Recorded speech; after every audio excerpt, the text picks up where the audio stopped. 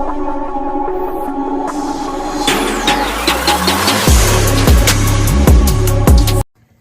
everybody, it's Patrick with Gill's Motorworks. How you doing?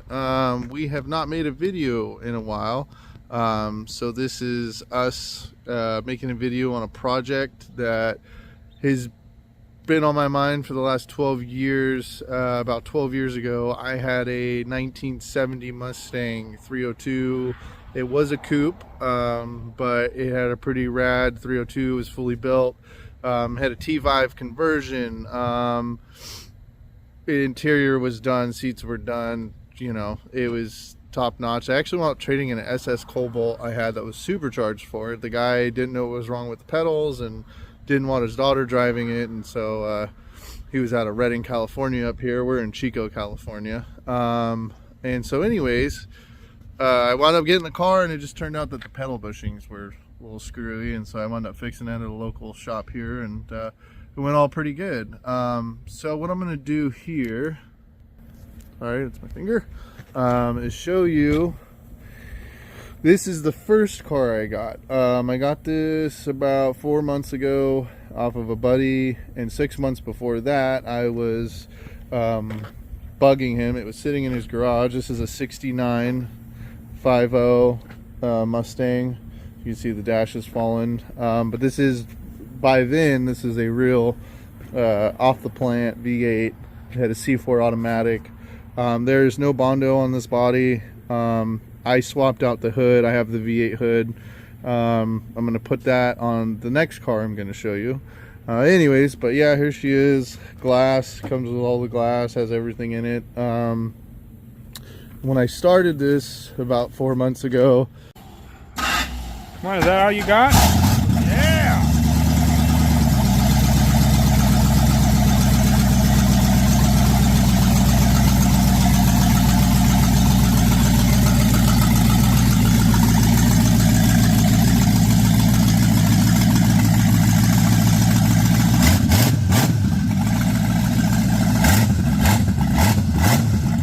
Get that piece of shit in there!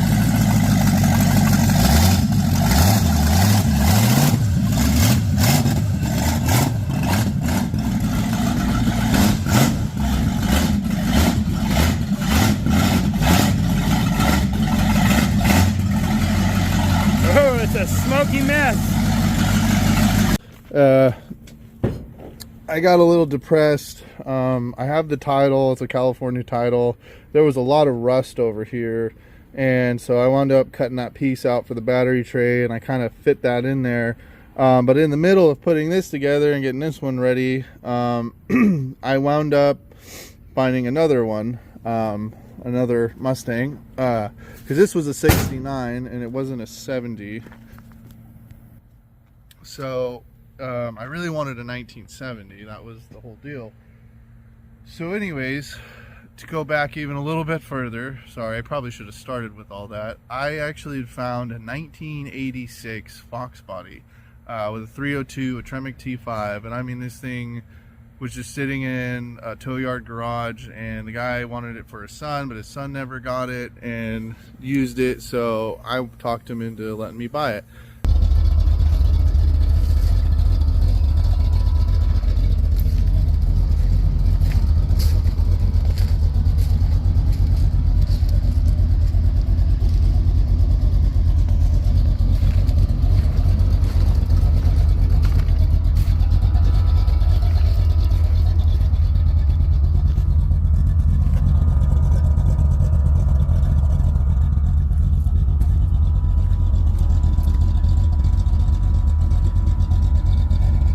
I wound up buying it for $3,500, and it ran, it drove, it was cammed. I could tell it had some money in it. The headers were done.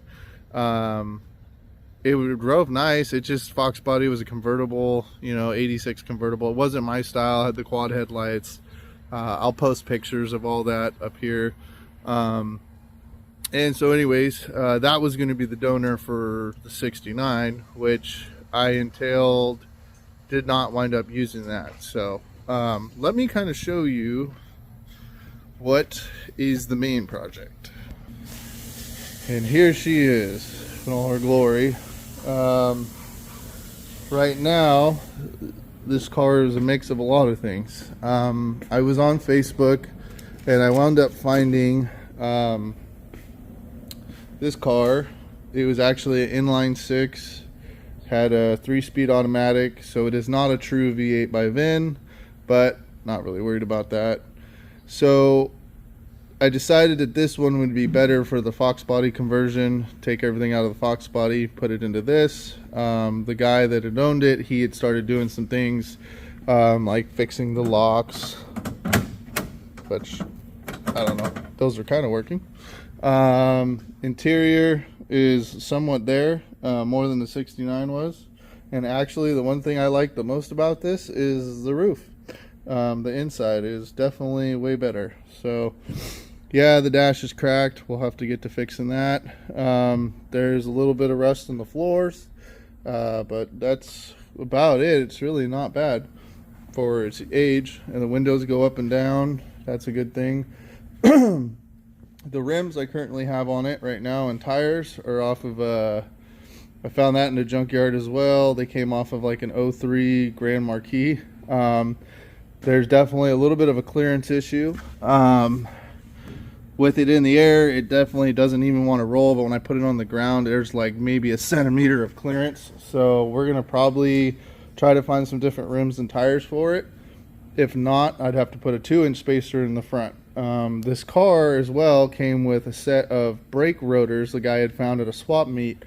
They were rusted pretty bad, but it came with like the control arm and the knuckle and everything there. So we were able to clean the knuckle and the control arms, and the ball joints were good enough to where we said, hey, yeah, let's throw them back on there.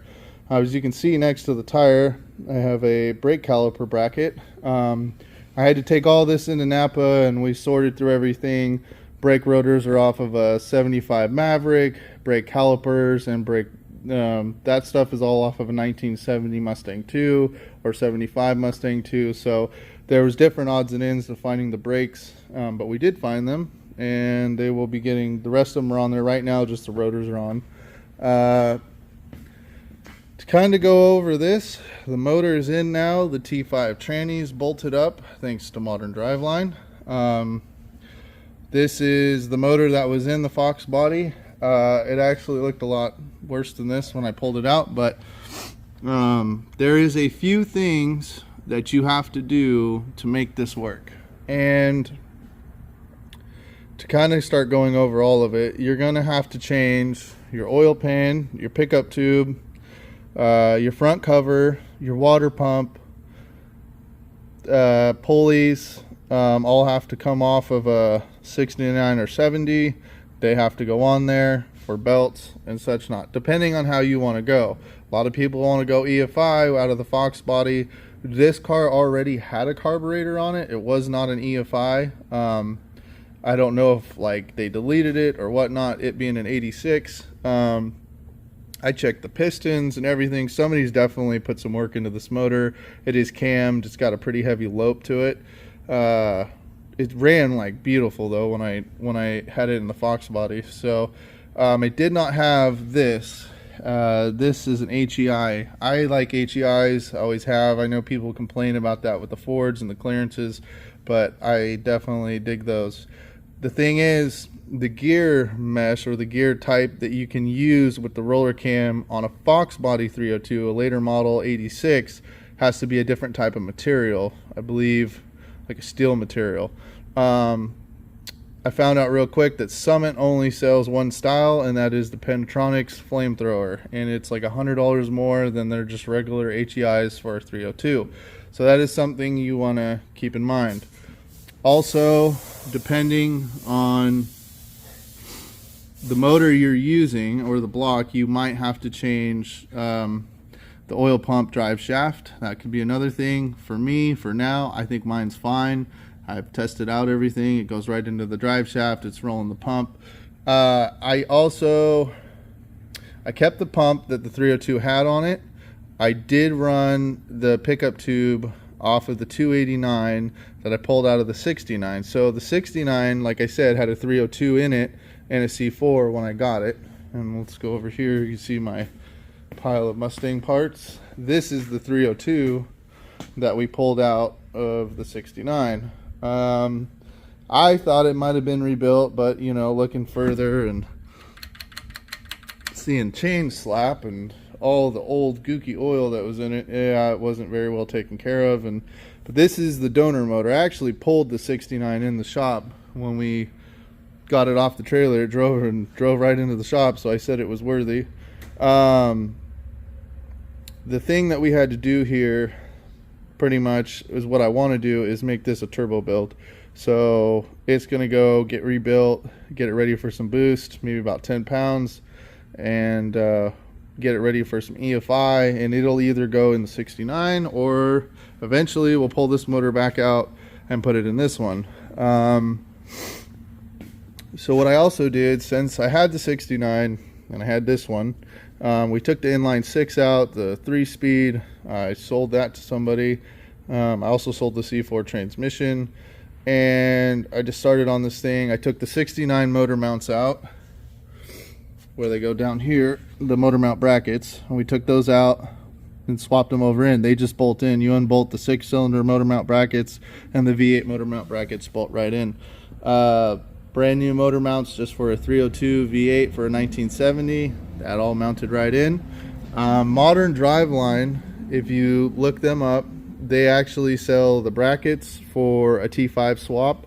If you're gonna go an older 289 or 302, there will be some bell housing complications you're gonna run into, and Modern Driveline sells all that.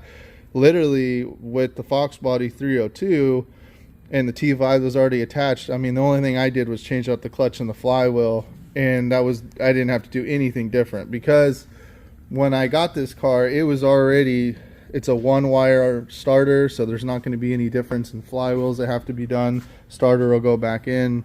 There's nothing crazy that's going to have to happen. So to the next order of business. Right now, why I'm really making this video is because I'm not seeing a lot of videos. So with Modern Driveline, I also they offer a hydraulic clutch line fix for the 1970 Mustang. And it's pretty cool. This car came with manual brakes, so the first thing I wanted to do was run a booster. I'm still hoping we can do that. We're starting to wonder if we can or can't. Also, where we're going to have to put the master cylinder for the clutch master cylinder is going to get very interesting. It shows on the 69 really well. Sometimes they're pre-cut out and there's holes for them. On the 1970, it gets weird because of where they put the fuse panel. It's a little different. It's kind of in the way. I haven't decided whether relocating the fuse panel yet, yada yada, but that's where I'm at. Excuse my mess in here, but I'll show you guys. As of yesterday, we got the pedal in, pretty much started. I mean, it's all there, just kind of hanging. It's loose. The bolt's not tightened down yet. The biggest thing is following the instructions and making the holes. So what I'm going to be doing here is, as I go along, kind of just catching you guys up on what I've done up to so far for pretty much just a Fox body swap into a 1970. I mean, this is a 6-cylinder body. There's not much of a difference. Somebody had put a 5-lug rear end in this. It had a 4-lug front setup on it, so like I said, with the disc brake setup, I was able to convert over to 5-lug. We got a 5-lug. I believe that is an 8-inch in the rear. I am going to be getting a 9-inch off my friend, so we will be putting a 9-inch under it eventually. Also, with the driveline, I had both drive lines. I had one off of the 69, I had one off of the Fox body, and I had one off of the 70.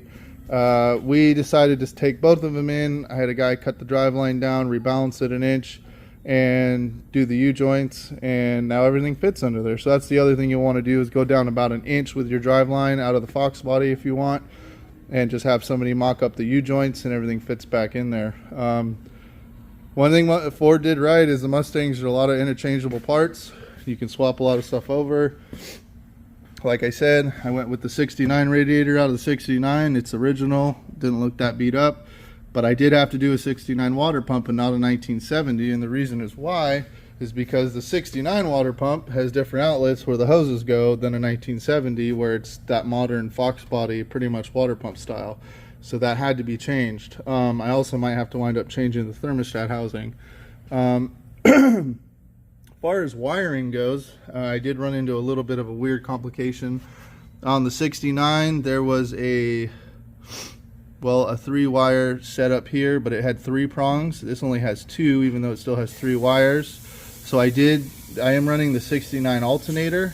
So I did have to take the back plugs off from this and actually put on the 69 plugs to make that all fit. Or my bad, I might have that wrong. This is the 70 plugs, so I bolted that to this alternator for the 70, not the 69, and I'm using the 70 wiring harness on the back of the alternator, so I'm still going to look into that a little bit. The battery tray area was a little rusted. I have used some rust paint and tried to clean it up for now. Eventually we probably will replace this panel too, but I don't see it being bad enough to where I should right now. I'm going to actually run the battery in the trunk, so that'll be another procedure. I'm going to run a 750 Holley. I already have it. It's going to be going in there. We're trying to figure out the one thing that you'll run into a problem with is the heater hose port. I don't know whether to try to find a thermostat housing that has the port. Maybe that would fit better, or see if I can tap into some water in the back here. I don't vaguely remember if you can or not. So that's where we're at so far. I have to figure out how I'm going to make brakes and clutch master cylinder work, because I didn't want to run a cable. I kind of have a bad leg. So yeah, that is it for now, that I can think of that we've done or are doing to it. And yeah, we appreciate everybody that has followed us or seen our videos or cared about what we're doing. And yeah, if you like Mustangs or classic cars or lifting trucks or any of that fun stuff, please like and subscribe. And yeah, there'll be a lot more to come. I just have got to figure out how I'm going to do that booster situation and that brake master cylinder. I'm going to shoot another video specifically just for that, because nobody out there has really shot a video on like how to do it step by step. Where I'm at right now, I haven't really done much more than putting the clutch in, and that is just taking the bar out, putting the bolt in. Modern Driveline gives you the instructions. Modern Driveline has been very helpful. They say you can run an 8-inch booster. I don't know if that's going to be true with the 70. Now the 70 is just a little weirder with the firewall, is a little different, and you might even have to smack in the firewall a little bit. So let me get on that. That's the next step technically, because I don't really want to go much farther. And we'll figure out what we can do. But yeah, thank you for tuning in, and we'll talk to you soon.